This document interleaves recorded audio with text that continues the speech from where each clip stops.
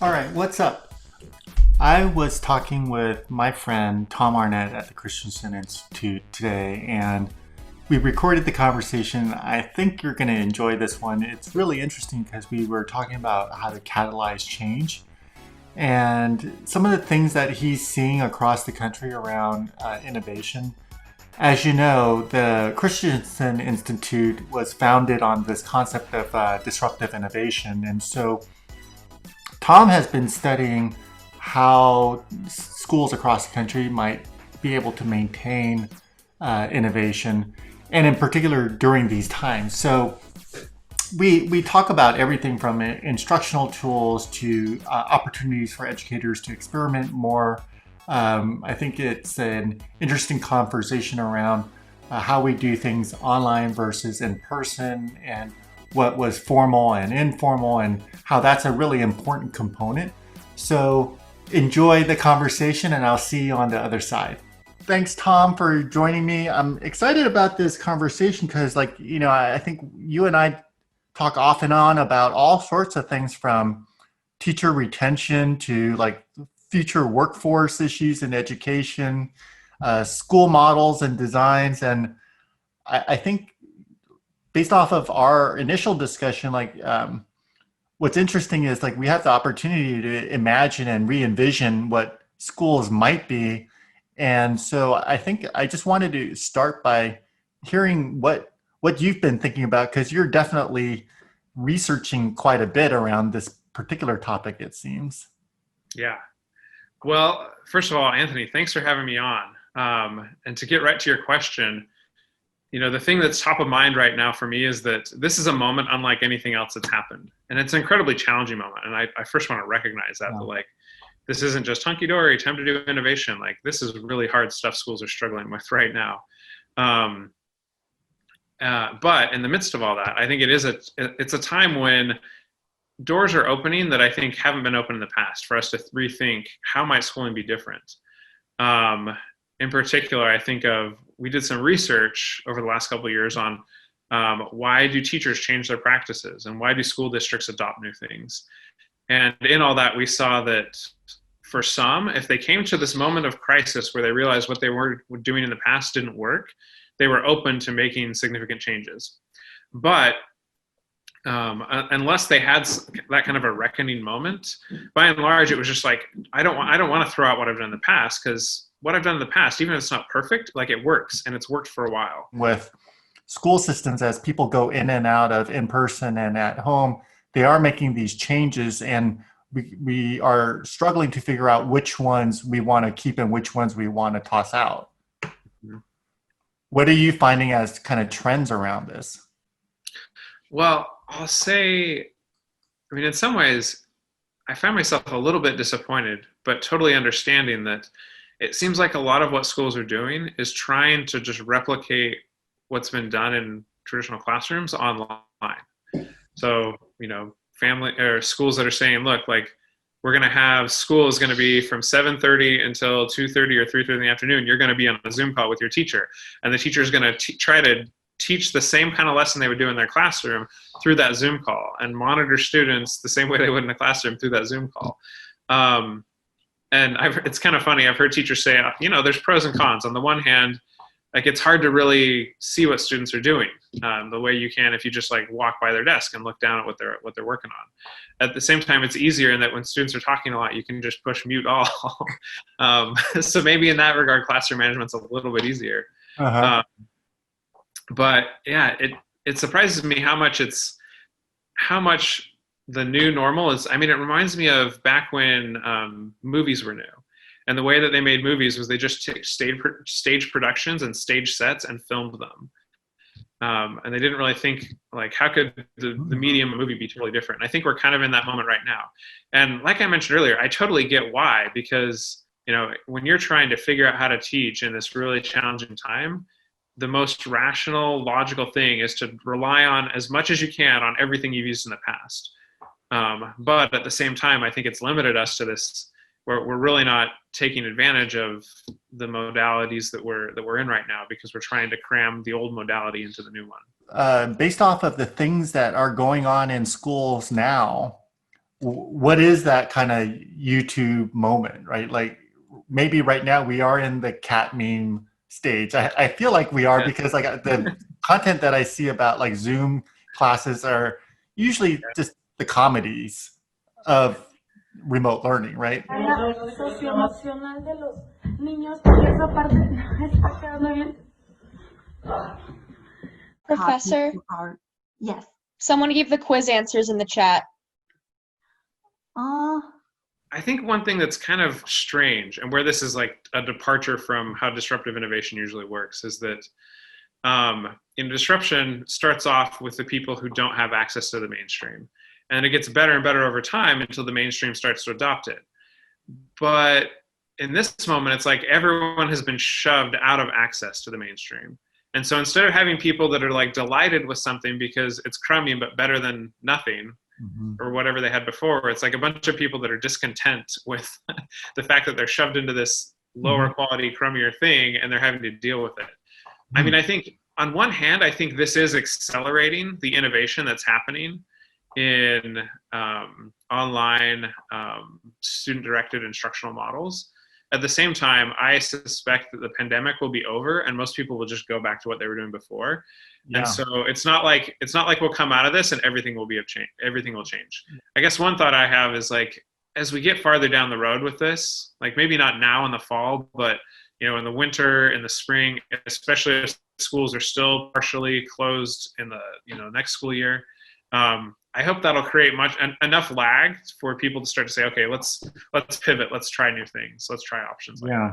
Yeah, I hope so too. But I agree with the portfolio approach. I think that even something as simple as some schools could start with instruction like right out of the gate, and other schools could start with SEL out of the gate. Like even those kind of small tweaks can make a huge difference, I think. And then parents could say like, my kids need more trauma support, and so I want to send kids to this school, as opposed to just like everybody gets the exact same treatment no matter what condition you're coming in with.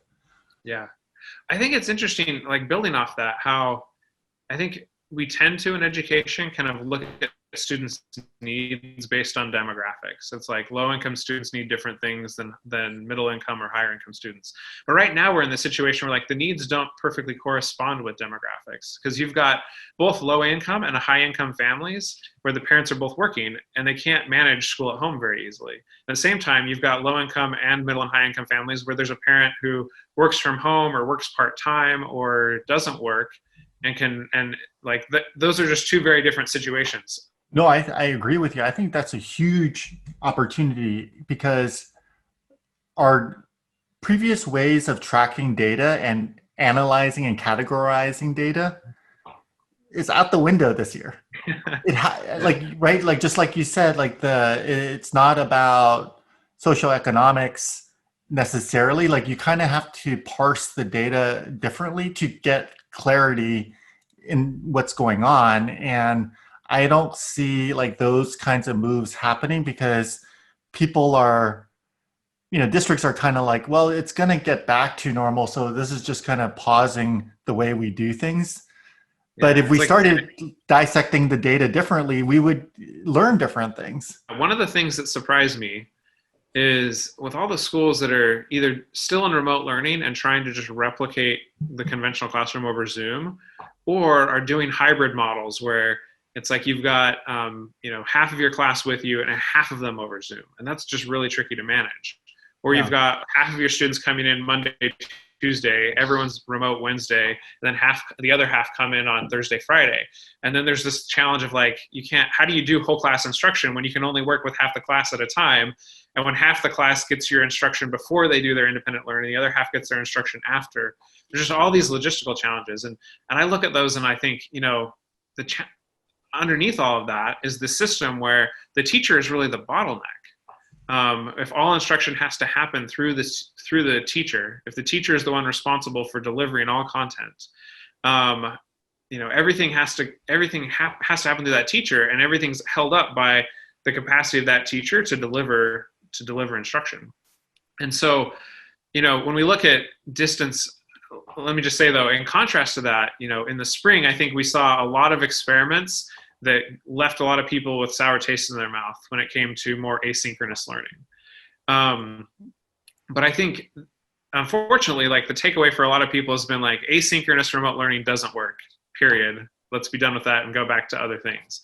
When in reality, I think it's not that asynchronous learning can't work. It's the way we were doing it was wrong. Number one is that the materials that schools were using weren't designed for asynchronous learning.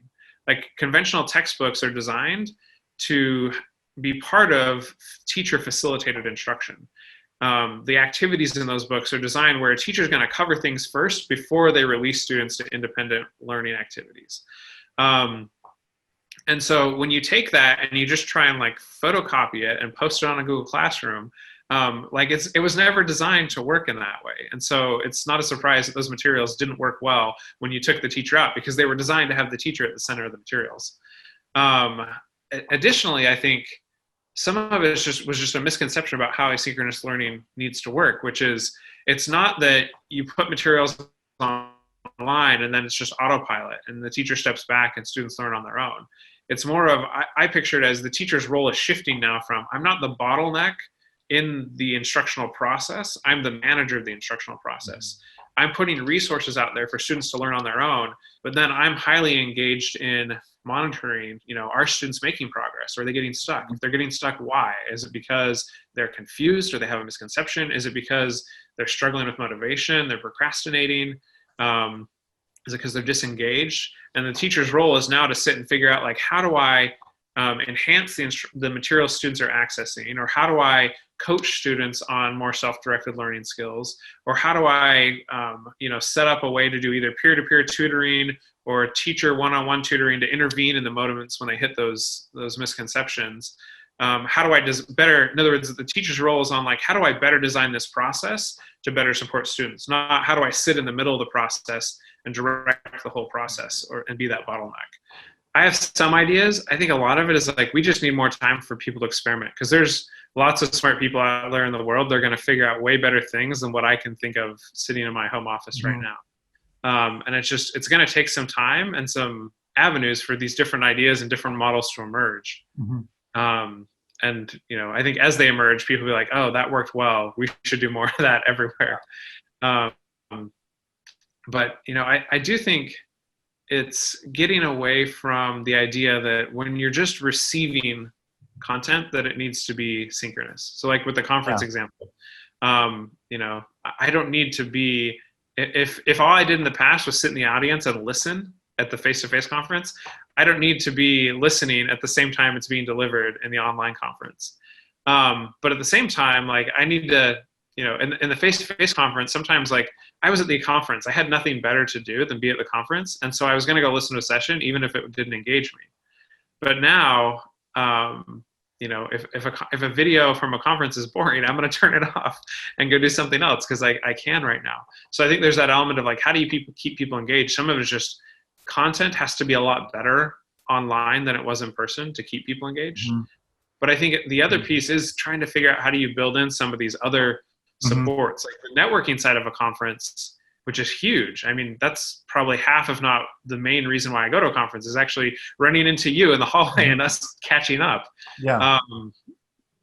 And that's, I think, not been replicated well online. And I think that's where people need to figure out, how do you create those kind of supports in a way that fits the medium, and that's, in some ways, there's real advantages in that things can be a little more on demand.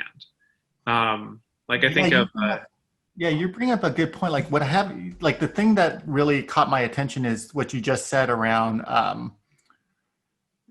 running into people, right? And it's not actually just the networking. I think what I'm missing in this experience often is the piecing together of little stories that you collect at a conference over 3 days. Right? And that's kind of the fun part, where you're just like, you might have a hypothesis or you might have an idea, and you're trying to piece together stories through, like, kind of random interactions with people. And then after the conference, you're like, that was a good conference if you were able to, like, kind of reveal or discover more information about this thing that you're trying to figure out. And right now, like the way online conferences are being delivered and maybe even online instruction, like I don't get that feeling. Yeah. Yeah. Like the synergy almost from the interactions. Yeah. And it's almost like the interaction of the ideas is what's important, not just the ideas themselves Yeah. standing alone. I mean, Yeah. I sort of try and relate to that. I find when I'm doing just my work of like trying to write pieces and think about the education space, it's a lot harder to do it if I'm just sitting on my own than if I'm talking to other people. Right. I guess just a seed of an idea that may be fruitful, maybe isn't, but in our organization, we were shifting to remote learning before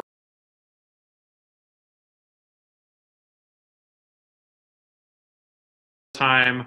Before that, I'd been working from home like 2 or 3 days a week for maybe the 4 years before that. And initially, and especially because I was in our California office, others on our team were in the Boston office, and there was like this gap of like I wasn't getting the water cooler conversations with those folks, Yeah. and so it was hard to bounce ideas off each other and to collaborate.